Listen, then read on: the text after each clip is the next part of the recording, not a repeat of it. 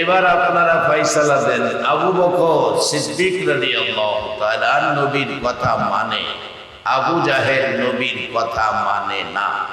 এবার আবু জাহেল আবু বকর দুইজনের মধ্যে জান্নাতে যাবে কে? আওয়াজ করে বলুন কে? আবু বকর। নবীর কথা মানার কারণে আবু বকর জান্নাতি, আর নবীর কথা না মানার কারণে আবু জাহেল কোথায় যাবে? জাহান্নামে।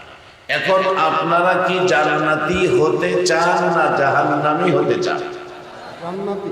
জান্নাতি যদি হতে হয়, জান্নাতে যদি যেতে চান, মানতে হবে নবীর কথা। কেন মানতে হবে? নবী আমার আপনার জন্য 63 বছর জিন্দেগি কষ্ট করেছে। কত কষ্ট!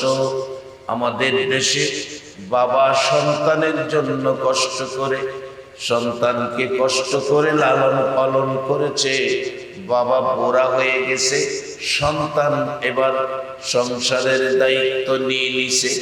বাবাকে বলে, বাবা বহু কষ্ট করেছেন, আর কষ্ট করতে হবে না, আপনি বিছানায় শুয়ে থাকেন, শুয়ে শুয়ে খাবেন, জীবনে বহু কষ্ট করেছেন, এবার আমরা কষ্ট করে সংসার চালাবো, আপনি শান্তিতে থাকবেন।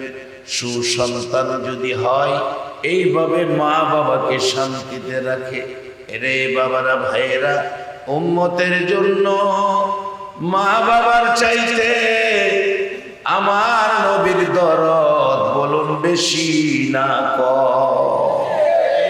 মা খাদিজাতুল কুবরা রাদিয়াল্লাহু তাআলা আনহার জীবনী, আসল মা আয়েশা সিদ্দিকার জীবনী। আম্মা জান আয়েশা সিদ্দিকা বলেন, পৃথিবীর মানুষেরা রে, আমার নবী যেদিন আমার হুজরায় এসে ঘুমাইতো, আমার নবী আমার হুজরায় ঘুমাইতো, একটু সময় ঘুমাইয়া আমি দেখি আমার নবী বিছানায় বসে বসে কান্দে। পাশে বসে প্রশ্ন করি, হুজুর কেন গো এইভাবে কান্দেন? কি ব্যথা, কি দুঃখ গো নবী জানতে চাই।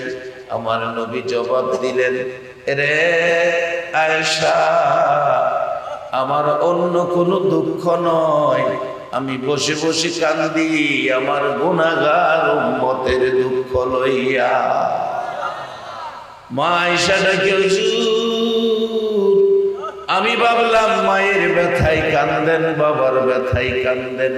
আমার নবী জবাব দেন, আয়েশা রে, মায়ের ব্যথায় নয়, বাবার ব্যথায় নয়, আমি আমার উম্মতের ব্যথায় কান্দি। যেই নবী বাবার ব্যথায় নয়, মায়ের ব্যথায় নয়, আপনার আমার মতো উম্মতের ব্যথায় কান্দে, সেই নবীর পক্ষে থাকা, সেই নবীর ভালোবাসা দেওয়া, সেই নবীর কথা মানা, বলুন আমাদের দরকার আছে কিনা? মা খাদিজা বলেন, পৃথিবীর মানুষেরা রে, সারাটা দিন নবীজি ঘরের দুয়ারে দুয়ারে ঘুরতো আর ডাকতো, ইয়া আইয়ুহান নাস কুলু লা ইলাহা ইল্লাল্লাহ তুফলিহুন। সারাদিন ঘুরতো, মানুষের ঘরের দুয়ারে দুয়ারে যাইতো, রাস্তাঘাটে মানুষ পাইলে পিঠের উপর হাত বুলাইতো, মাথার উপর হাত বুলাইয়া আমার নবী এই জান্নাতের পথে আসার আহ্বান করত। পৃথিবীর মানুষেরা রে, আমার নবী সারাদিন ঘুরে ঘুরে বিকালবেলা হুজরার দিকে, ঘরের দিকে আসতো। এরে পৃথিবীর মানুষেরা, আমি খাদিজা এতিম নবীর মায়ায় রে দাঁড়াইয়া থাকি, বিকালবেলা ঘরের দিকে আসতে থাকলে কাছাকাছি আসার পর আমি তাকাইয়া দেখি পৃথিবীর মানুষেরা রে, আমার এতিম নবীর গাল বেয়ে বেয়ে পানি পড়তেছে। প্রশ্ন রাখি, হুজুর কেন গো এইভাবে কাঁদতেছেন? হুজুর কি ব্যথা, কি দুঃখ জানতে চাই।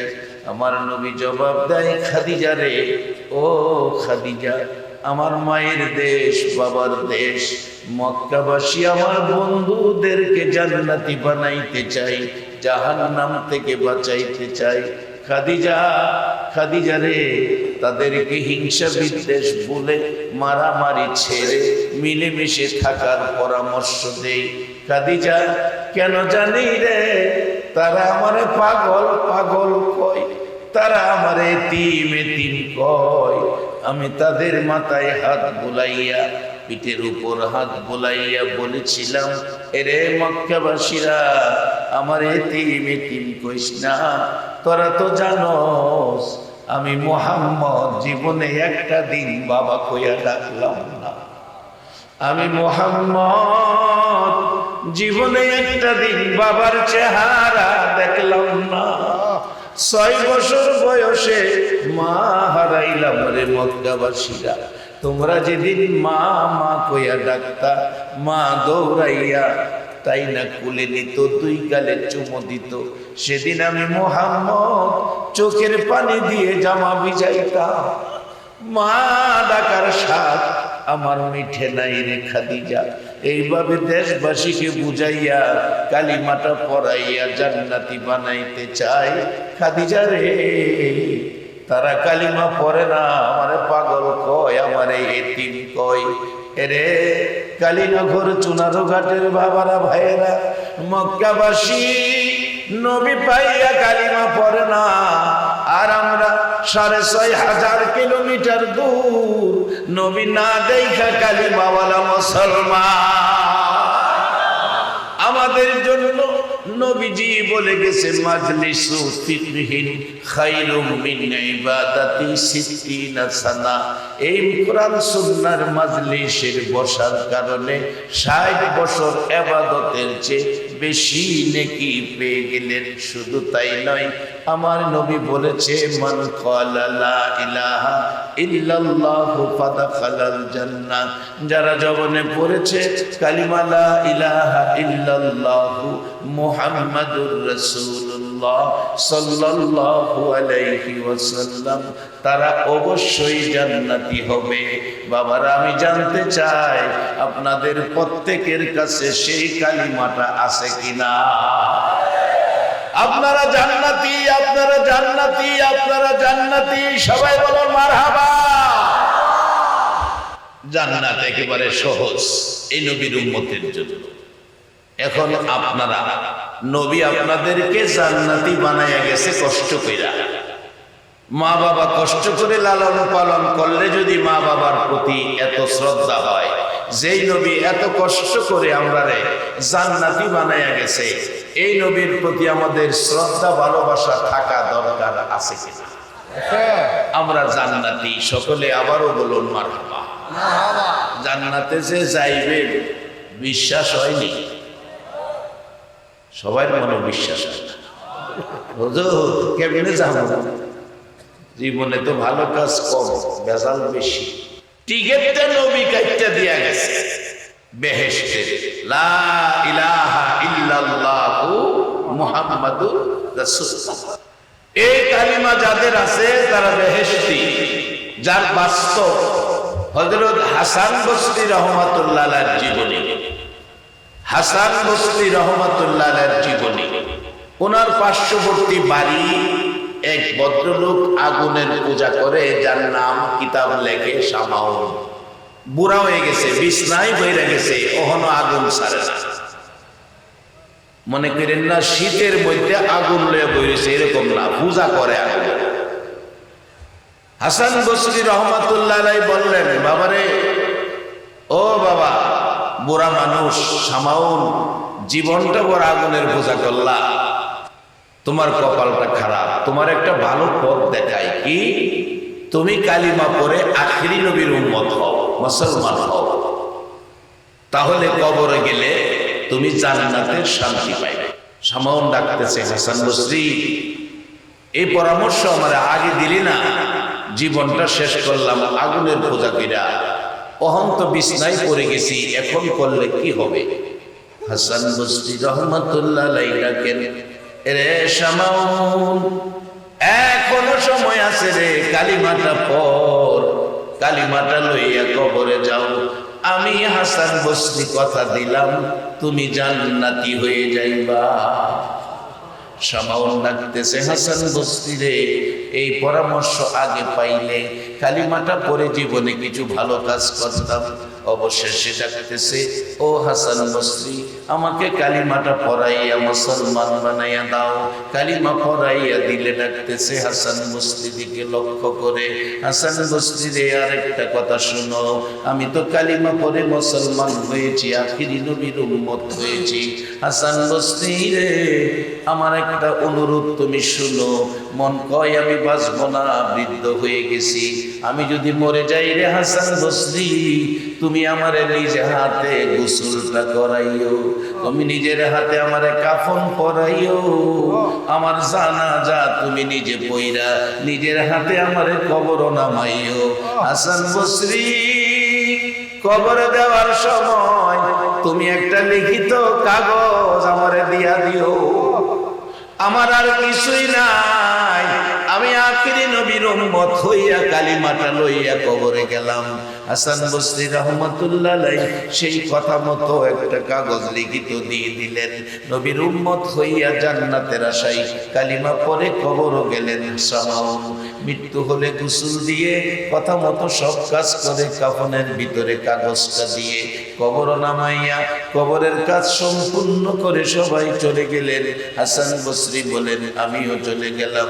রাত্র গভীর, ঘুমের ঘরে ঘুমিয়েছি। ও বিশ্ববাসীরা, আমি দেখি সামাউন আমার ঘরে এসে আমার ডাকতেছে, হাসান বসরি রে, এই লও তোমার কাগজ, তোমাকে দিয়ে যাইতেছি। ও হাসান বসরি, তোমার কাগজ আমার প্রয়োজন পড়ে নাই, আমি নবীর কালিমাটা লইয়া কবর যাওয়ার কারণে রে হাসান বসরি, আমার আল্লাহ আমার জান্নাত দান করে দিয়েছে। রে হাসান বসরি, তোমার কাগজ আর প্রয়োজন পড়ে নাই, নবীর কালিমাটা লইয়া কবরে যাওয়ার কারণে আমি তো জান্নাতি মেহমান হয়ে গেছি। হাসান বসরি রাহমাতুল্লাহ আলাইহি বলেন, আমার ঘুম ভেঙে গেল, ঘুম থেকে উঠে দেখি যেই কাগজটা কবর দিয়েছিলাম সেই কাগজ আমার হাতের মধ্যে আইসা গেছে।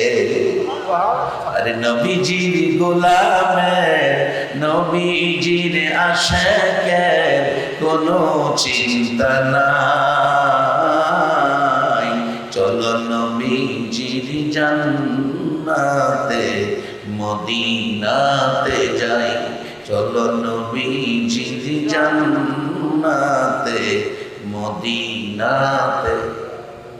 কে কে যাবে মদিনায়, মদিনাতে কাঁদে নবী উম্মতের মায়া। কে কে যাবে মদিনায়, মদিনাতে কাঁদে নবী উম্মতের মায়া। দিনী রজনী কান্দন যিনি, দিনী রজনী কান্দন যিনি, শুয়ে রোয়া যায়, চলো নবীজির জান্নাতে মদিনাতে যাই, চলো নবীজির জান্নাতে মদিনাতে যাই। কঠিন হাসরের দিনে, কঠিন হাসরের দিনে, কে তোরাবে বিপদেতে নবীজি বিনে। আল্লাহু আকবার। রে বাবারা ভাইয়েরা, এই নবীর পক্ষের মেহমান হও, এই নবীকে মানো। আমার আল্লাহ জান্নাত বানাইছে, আমানু বানাই নাই, নাচ বানাইছে। আমার নবী ঘুরে ঘুরে গো কত কষ্ট করে আমানু বানাইছে। মা খাদিজাতুল কুবরা বলেন, পৃথিবীর মানুষেরা রে, আমার নবী সাদা জামা পছন্দ করতেন, সাদা জামা ব্যবহার করতেন। যদিও জান্নাতি জামা সবুজ, জান্নাতি পোশাকের রং হবে সবুজ। আমার আল্লাহ গাছ গাছরা সবুজ দিয়া পৃথিবী সাজাইছে, জান্নাত সাজাইছে সবুজ রঙের জিনিস দিয়া। সবুজ রঙের পোশাক জান্নাতীদেরকে পরানো হবে। দুনিয়াতে আমার নবী সাদা পোশাক ব্যবহার করতেন। মা খাদিজা বলেন, রে মক্কাবাসীরা, আমি নবীর জামা মুবারক ধুয়ে মুছে পরিষ্কার করে আমি রেখে দিতাম। সকালবেলা আমার নবী ঘুম থেকে উঠে ঘরের দুয়ারে দুয়ারে যাবেন, মানুষের কাছে যাবেন, জান্নাতি বানাবেন, আমানু বানাবেন, কালিমাওয়ালা বানাবেন, হিংসা বিদ্বেষ ভুলে মানুষ মানুষের সাথে মিলে মিশে থাকবেন। এই পরিবেশটা পৃথিবীতে রাখবেন।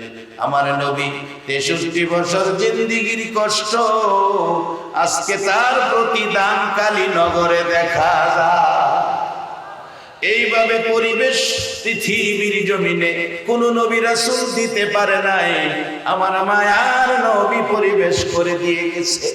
কত জায়গার, কত দেশের, কত গ্রামের মানুষ, কত বংশ, কত ঘরের মানুষ একসাথে বসে আছেন। হিংসা বিদ্বেষ নাই, দলাদলি নাই, গন্ডগোল নাই, মারামারি নাই। আমার নবী এই পরিবেশটার জন্য কত কষ্ট করেছে। মা খাদিজা বললেন, সাদা জামা পরে বেরিয়ে গেছে। আল্লাহর কসম রে, বিশ্ববাসীরা বিকালবেলা নবী ঘরে আসতেছে, তাকায়া দেখি নবীর সাদা জামার মধ্যে লাল লাল দাগ দেখা। আমার নবী কাছাকাছি আসার পর লাল দাগের ঘটনা প্রশ্ন করি।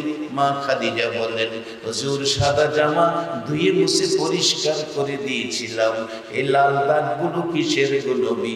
আমার নবী কাঁদে, খাদিজা রে, আমার মক্কাবাসী আমারে মারছে, আমার মা নাই, বাবা নাই রে খাদিজা, মক্কাবাসী আমাকে কষ্ট দিয়েছে। সাদা জামা লাল করলেন নবী। এত গালি, এত কষ্ট, এত ব্যথা মক্কার জমিনে পাইলেন। তারপরও ঘরে ঘরে ঘুরে নবী কালিমা পড়াইয়া আমানু বানাইয়া জান্নাতি বানাইলেন। আজকে সেই জান্নাতি মেহমানদেরকে আল্লাহ কোরআন শরীফে ডাকতেছে, আপনাদেরকে ডাকতেছে। যদিও আল্লাহ মানুষ বানাইছে, নাস বানাইছে, আল্লাহ নিজে এখন আর নাস কইয়া ডাকে না, ডাকতেছে জান্নাতীদেরকে। ইয়া আইয়ুহাল্লাযীনা আমানু রুকাউ ওয়াসজুদু ওয়া'বুদু রাব্বাকুম। একবার বলুন আল্লাহু আকবার। আমার আল্লাহ ডাকে, নিজে বানাইলেন নাস, এখন আর নাস কয় না। আমার নবী এতিম নবী, মা নাই, বাবা নাই নবী, সারাদিন কষ্ট করে যাদেরকে ঈমানদার বানাইলেন আমার আল্লাহ তাদেরকে ডাকতেছেন, ইয়া আইয়ুহাল্লাযীনা আমানু। নাস কয় না, আমানু কয়। উরকাউ ওয়াসজুদু ওয়া'বুদু রাব্বাকুম ওয়া'বুদু রাব্বাকুম। ও ঈমানদাররা, জান্নাত বানাইছি তোমাদের জন্য। আমার নবী জান্নাতের টিকিট দিয়ে গেল, আমি তোমরা জান্নাতে নেওয়ার প্রসেস করতেছি, জান্নাতে নেওয়ার প্রসেস করতেছি। কালিমাওয়ালাদেরকে জান্নাতে নেওয়ার দায়িত্ব হয়ে গেছে আমার আল্লাহ। এখন কাউন্টার সার্ভিস গাড়ি চলে জায়গায় জায়গায়। কাউন্টারে মানুষ টিকিট কেটে বৈশা থাকে, ঢাকা যাইব। কাউন্টারের মালিক হইল টিকিট দেওয়া, আর ঢাকা পর্যন্ত নেওয়ার দায়িত্ব বাস আইতাছে পিছে। নবী টিকিট কেটে গেছে, আর জান্নাতে নেওয়ার দায়িত্ব হয়ে গেছে আমার আল্লাহ। আল্লাহ কিভাবে প্রসেস করতেছে দেখেন। আপনি জান্নাতে যাবেন, প্রথমত ডাকলেন ইয়া আইয়ুহাল্লাযীনা আমানু। ইয়া আইয়ুহান নাস কয় নাই, আমানু কইছে। ঈমানদাররা, তোমরা কি করো? উরকাউ ওয়াসজুদু ওয়া'বুদু রাব্বাকুম। রুকু সিজদার মাধ্যমে রবের ইবাদত করো। এরপরে জান্নাত দেলাইবো, এই কথা কয় না। এরপরে বলছে অফআলুল খায়রা, রুকু সেজদার মাধ্যমে ইবাদতটার নাম হলো নামাজ। নামাজের পরে তোমরা কি করো? আফআলুল খয়রা, ভালো কাজ করো, তাইলে লাআল্লাকুম তুফলিহুন, তোমরা সফল কাম, অর্থাৎ তোমরা জান্নাতি। এখন নামাজের পরে যদি ভালো কাজ না কইরা খারাপ কাজ করে, তাইলে এখানে জান্নাতে যাওয়ার আশা করা যায় না। আমি আজকে আপনাদের কাছে সত্য কথা জানতে চাই। আজকে কালীনগরের যুব সমাজ যে মদিনা মুনাওয়ারা নাম দিয়ে সংগঠন করে একটা মাহফিল, জান্নাতের বাগানের আয়োজন করেছে, কোরআন সুন্নাহর মাহফিলের ব্যবস্থা করেছে, একটা সত্য কথা বলবেন, তারা কি কাজটা ভালো করেছে না খারাপ করেছে?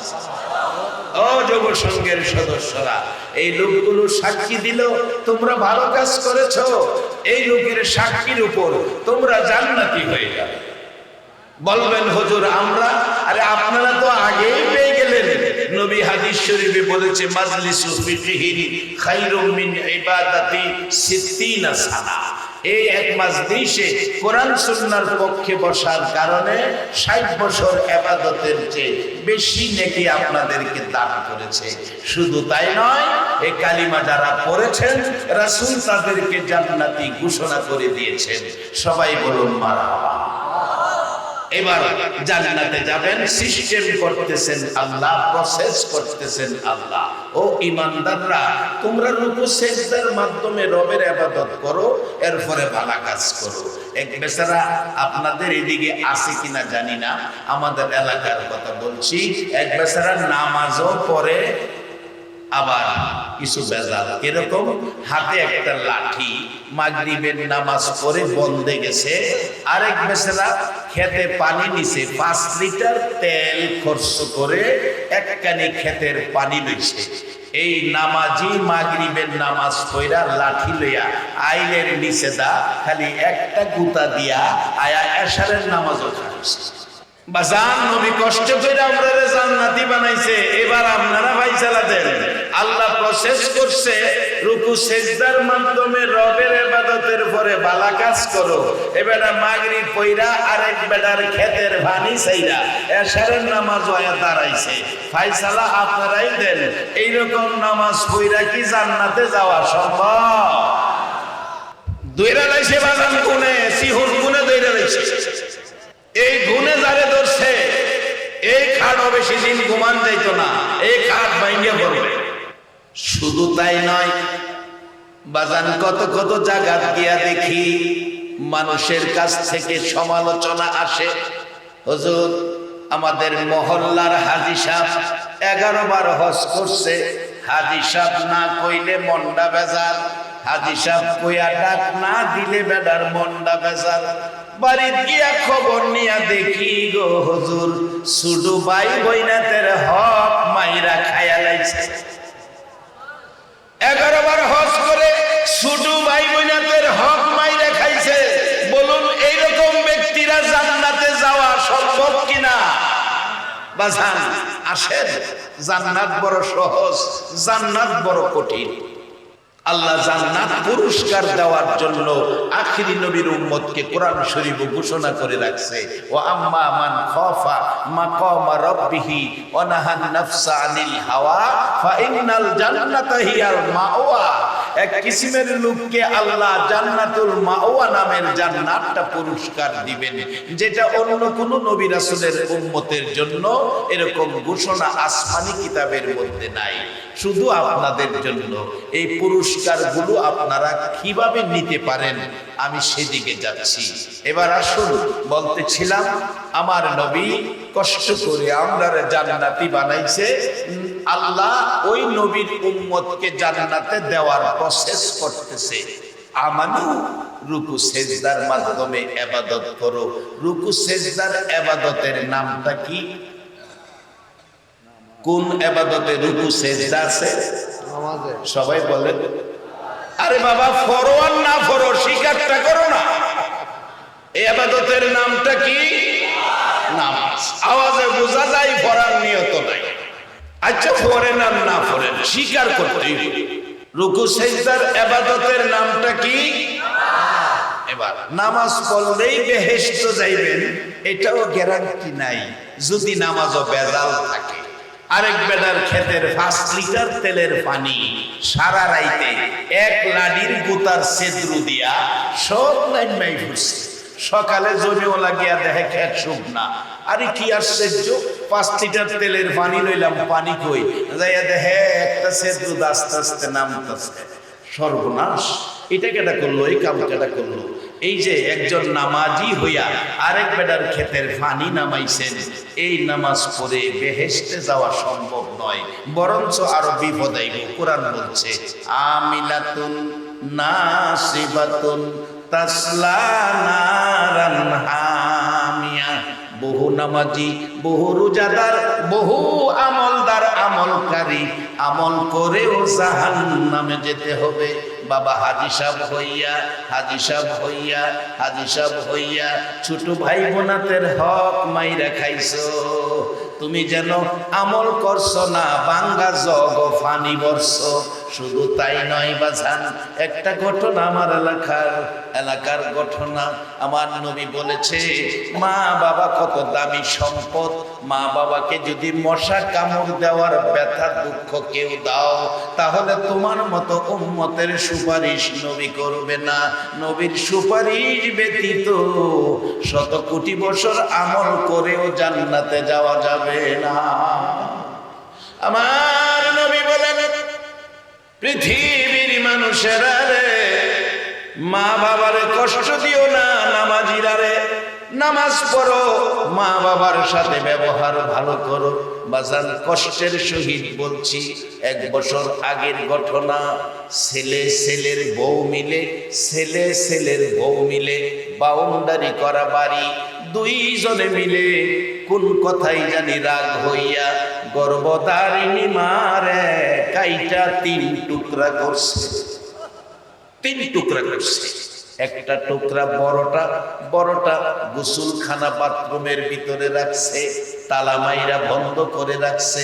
ছোট একটা টুকরা 2 ঘরের ফাঁকে ফালাইছে। নারী বুড়ি দুর্গন্ধ বেশি তাড়াতাড়ি হবে, ওইটারে মাটির মধ্যে গাইরা রাখছে।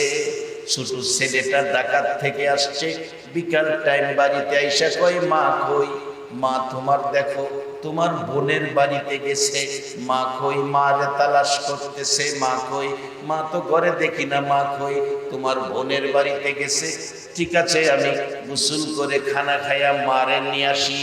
ছোট ছেলেটা, বাবা গো, সন্তানের উপর যদি কোনো বিপদ হয় বলুন, বিপদের খবর মোবাইলে আসলো না, টেলিফোনে আসলো না, কম্পিউটারে ভাসলো না, পৃথিবীর কেউ জানলো না, সন্তানের বিপদের খবর আগে জানলো কে? মা গো, রাত্র 2টায় সন্তান আসে না, দরজা খুইলা কাঁদছ গো। সেই দরদি মাকে 3 টুকরা করে, ও নবীর উম্মতেরা মনে রেখো, তোমার মতো উম্মতের সুপারিশ আমার নবী করবে না। যুবকটা ডাকতেছে, মা কই? বড় ভাইয়ের বউ বলতেছে, তোমার মা মনে হয় তোমার বোনের বাড়িতে গেছে। ঠিক আছে, আমি গোসল করি 4টা খানা খায়া মারে নিয়ে আসি। গত বৎসরের ঘটনা বলছি, পত্রিকায় আসছিল ঘটনা। মারে নিয়ে আসি, গোসল করব। গোসলখানার দরজায় যায়া দেখে গেট তালা মারা, দরজা তালা মারা। জিজ্ঞেস করলো, দরজা তালা মারা কেন? আমি তো গোসল করব। বড় ভাইয়ের বউ বলছে, গোসলখানা ভালো না, এটা সমস্যা আছে, এই জন্য তালা মাইরা রাখছি। চাবি দেন, কি সমস্যা? আমি দেখে সমস্যাটা দূর করি। ওই ছোট ভাইটা দরজায় দাঁড়ায়া ডাকে, চাবি দাও গো। কেন জানি গোসলখানার দরজায় আসলে আমার কলিজায় আগুন জ্বলে, আমার কলিজায় আগুন জ্বলে গো। তাড়াতাড়ি আমার চাবি দাও। চাবি চাইলে চাবি দিল না, চাবি হারাইয়া গেছে। অবশেষে ছেলেটা হাতুড়ি আনতে গেছে, তালা ভাঙবে। কেন? গোসলখানার দরজায় আসলে কলিজায় আগুন জ্বলে, তালা ভাঙবে। চাবি আনতে চাইলে চাবি দেয় না, হারাইয়া গেছে। হাতুড়ি আনতে গেলে যুবক ভাইয়ের বউ ভাই দুইজন ঘর ছেড়ে পালিয়ে গেছে।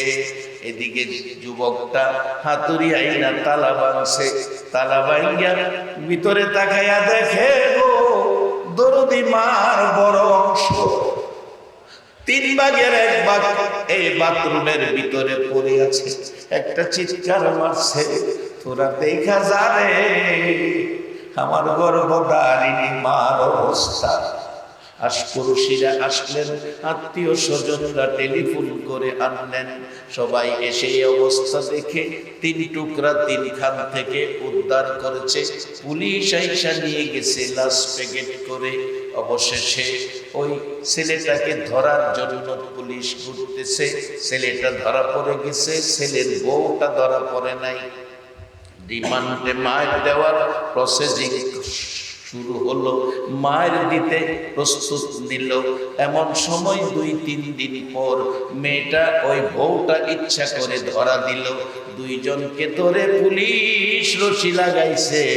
বলুন আমার আল্লাহর জাহান্নামের রশি আরো বাকি রইছে কিনা? যারা মাকে এই ব্যবহার করেছো, মনে রেখো তোমার নামাজ, রোজা, হজ, যাকাত, শত কোটি ইবাদত থাকলেও এই ইবাদত লইয়া জান্নাতে যাওয়া সম্ভব হবে না। আল্লাহ প্রসেস করতেছে আমরা জান্নাতে দিবার লাগিয়া। বলছে আফআলুল খায়রা, রুকু সিজদার মাধ্যমে ইবাদত হলো নামাজ। নামাজের পর তোমরা ভালো কাজ করতে হবে, ভালো কাজ। আজকে যারা মাহফিলে বসে আছেন বলুন কাজটা কি ভালো না খারাপ? যারা আরামের ঘুম হারাম করে কোরআন সুন্নাহর পক্ষে বসে আছেন, আমার নবী বড় কষ্ট করে এই কোরআন সুন্নাহ উম্মতের হাতে দিয়ে গেল। কত কষ্ট! মা আয়েশা সিদ্দিকা বলেন, পৃথিবীর মানুষেরা রে, আমার নবী যেদিন আমার হুজরায় আসতো আমি দেখেছি কিছু সময় ঘুমাইয়া বাকি সময় কাঁদতো। কোনদিন আমার নবী রাত্র ভরে ঘুমাই না, পেট ভরে নবী খানা খাই না, ভালো পোশাক নবী গায়ে দেয় না, আরামের বিছানায় নবী পিঠ লাগাই না। এরে পৃথিবীর মানুষেরা, একদিন আমার নবী গভীর রাত্রে ঘরের দরজা খোলা, আমি বিছানায় তালাশ করি রাসূলকে পাই না। বাহিরে দেখলাম আশপড়শি ঘরের পাশাপাশি দেখলাম, কোথাও নবীকে পাই না। বসে বসে কাঁদতেছি, নবী কোথায়, নবী কোথায়, নবী কোথায়? রাত্র শেষ হয়ে গেলে মসজিদে নববীর মুসল্লিরা ডাকে, নবী কোথায়? সারাদিন পার হয়ে গেল, নবীর সন্ধান মিলল না। আমার নবী একেবারে নিরিবিলি নির্জন পাহাড়ের নিচে সেজদায় পড়ে গো উম্মতের মায়ায় কান্দে। সারাদিন পার হয়ে গেল, 2 দিন পার হয়ে 3 দিন, যেদিন পার হতে যাচ্ছে সেদিন মদিনার কারো চুলায় আগুন জ্বলে না। আগুন যেন জ্বলছে মহিলাদের কলিজায়। মার কোলের শিশুরা দুধ খায় না, মুখের দিকে তাকাইয়া কষ্ট করে, মা মাগো বলো গো আমার এতিম নবী কোথায়? এতিম নবীর খবর দাও। এদিকে হাসাইন হুসাইন 2 ভাই রাস্তায় দাঁড়ায় নানা নানা কইয়া কান্দে। খাতুনে জান্নাত ফাতেমাতুজ জাহরা বাবার মায়ায় দরজা বন্ধ করে কান্দে। 3টা দিন যেদিন পার হয়ে যাবে, হযরতে আবু বকর, হযরতে ওমর 2 জন পাগলের মতো দৌড়ায়, এতিমের মতো কান্দে, পানিটাও খায় না। যাইতে যাইতে মদিনার শেষ প্রান্তে কিছু লোক বসে কি যেন চিন্তা টেনশনে আছেন। আবু বকর সিদ্দিক প্রশ্ন করলেন, ও বাবারা, ভাইয়েরা, তোমরা এখানে কিসের চিন্তা টেনশনে আছো? কি ব্যথা দুঃখ নিয়ে বসে আছো? আবু বকর বলেন, আমরা এক ব্যথায় দৌড়াই, তোমরা কোন ব্যথায় বসে আছো? জবাব দিচ্ছে তারা, আবু বকর আমরা রাখাল, রাখাল, আমরা মাঠে বেড়া বকরি দুম্বারে ঘাস পানি খাওয়াই। আবু বকর ডাকেন, রাখালেরা রে, তোমরা যদি মাঠে থাকো বলো আমার দয়ার নবীরে দেখছো নি? রাখালেরা বলেন, আমরা তোমাদের দয়ার নবী চিনি না। হযরতে ওমর চোখের পানি জামা ভিজতেছে। রাখালেরা রে, আমার মুখ থেকে শুনো, একটা কথা শুনো, আমার নবী কত সুন্দর নবী রে। আমি ওমর তরবারি লইয়া নবীজিকে কতল করতে গিয়েছিলাম। আল্লাহর কসম রে, নবীজির কাছাকাছি যাইয়া নবীর সুন্দর চেহারা দেখে, নবীর সুন্দর চেহারা দেখে, নবীর সুন্দর চেহারা দেখে আমি আর সহ্য করতে পারি নাই। আমি তরবারি ফালাইয়া নবীর হাত ধরে কালিমা পড়ে মুসলমান হয়েছিলাম। এই সুন্দর নবীকে একটা রাত্রে ঘুমের ঘরে দেখতে বলুন, আপনারা রাজি আছেন কিনা? কে কে নবীকে ঘুমের ঘরে দেখতে চান একটু হাত তুলে দেখা। নারে তাকবীর, নারে রিসালাত, আহলে সুন্নাত ওয়াল জামাত। মাশাআল্লাহ, হাত নামান। নবীকে দেখার মন, আকাঙ্ক্ষা, ইচ্ছা আপনাদের সকলের আছে? কিভাবে আজকে নবীকে দেখবেন, আমি সেই প্রসেসটাও আপনাদের কাছে রেখে যাব। বসেন, জীবনে বহু জায়গায় চা খায়া রাত্র কাটাইছেন, জীবনে বহু রাত্র জমির পানি লইতে গিয়া কাটাইছেন, জীবনে বহু রাত্র মাছ মারতে গিয়া কাটাইছেন, জীবনে বহু রাত্র ডেক্সেটের বাজনা দিয়া বাজনা বাজাইয়া আনন্দ করে কাটাইছেন। আজকে বসেন, আমার নবী 1400 বছর আগে উম্মতের জন্য কষ্ট করে এই সুন্দর জান্নাতি পরিবেশ দিয়ে গেলেন, আর এই পরিবেশে আপনারা বসে আছেন। আমার মন কয় আপনাদের জন্য আমার নবী ফুলসিরাতের ঘাটে বসে থাকবে। বাবারা, কিভাবে দেখবেন আসতেছি সামনে, আমি বাস্তবতায় নিয়ে যাব। হযরতে ওমর ডাকে, রে রাখালেরা, আমার নবী বড় সুন্দর, পূর্ণিমার চাঁদের চাইতেও সুন্দর। এই সুন্দর নবীর চেহারা দেখে কালিমা পড়ে মুসলমান হয়েছিলাম। ও রাখালেরা, 3 দিন পর্যন্ত আমি ওমর সেই নবীরে দেখি না, পানিটাও খাই না, চোখের পানিতে জামা কাপড় ভিজে গেছে। বলো আমার নবীর কোনো খবর তোমরা জানো কিনা? একটা রাখাল দাঁড়িয়ে গেছে, আবু বকর, ওমর, তোমাদের দুইজনের কথা সমন্বয় করে একটা খবর দিতে পারি। তুমি বলেছ 3 দিন যাবত তোমার নবীরে পাও না, আর ওমর বলল খুব সুন্দর নবী। রে আবু বকর, ওমর, এই দুইটাই সমন্বয় করে একটা খবর দিতে পারি। ওই পাহাড়টার পাশে যাইয়া দেখো, আজকে 3 দিন হলো সেজদায় পড়ে একটা লোক কাঁদতেছে। লোকটা এত সুন্দর, আবু বকর রে, মন কয় যেন সোনার পুতুল রে। আবু বকর পূর্ণিমার চাঁদের চাইতেও সুন্দর। আজকে 3 দিন হলো উম্মতি উম্মতি উম্মতি বলে কাঁদে।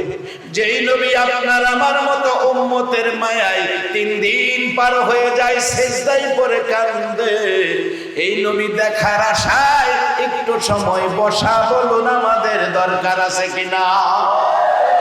বাবা, যাদের ভাগ্য ভালো তারাই তো বলবে, মক্কায় জন্ম হইয়া পারল না আবু জাহেল আখিরি নবীর উম্মত হইতে। আজকে বাংলার জমিন থেকে 1400 বছর পর 6500 কিলোমিটার দূর আমরা নবীর উম্মত।